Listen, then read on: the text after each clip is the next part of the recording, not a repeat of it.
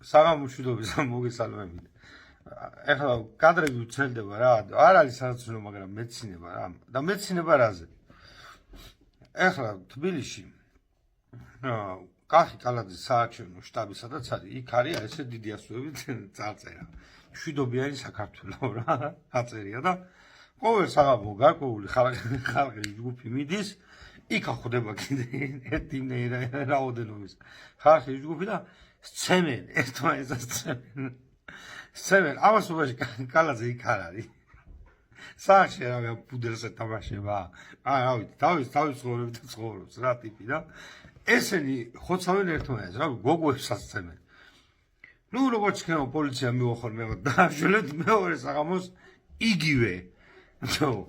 თუ მშვიდობიანი საქართველო გინდათ, თქვენ დავლოცვილებო, ეს არ უნდა ხდებოდეს. ამ ბანერი შეცვალეთ, რა სიტუაცია დაარეგულირეთ. რა ეს ახალი სპორტი არამე, თუ რა ხდება? ან ერთი გადადით ერთ ბანაკში, მეორე გადავით ამათ ბანაკში. რა ვიცი, ჩვენთვის მეც ერთნი ხართ, რა რიგულზე ხოცავთ ერთმანეთს, მაინც ხო ერთნი ხართ.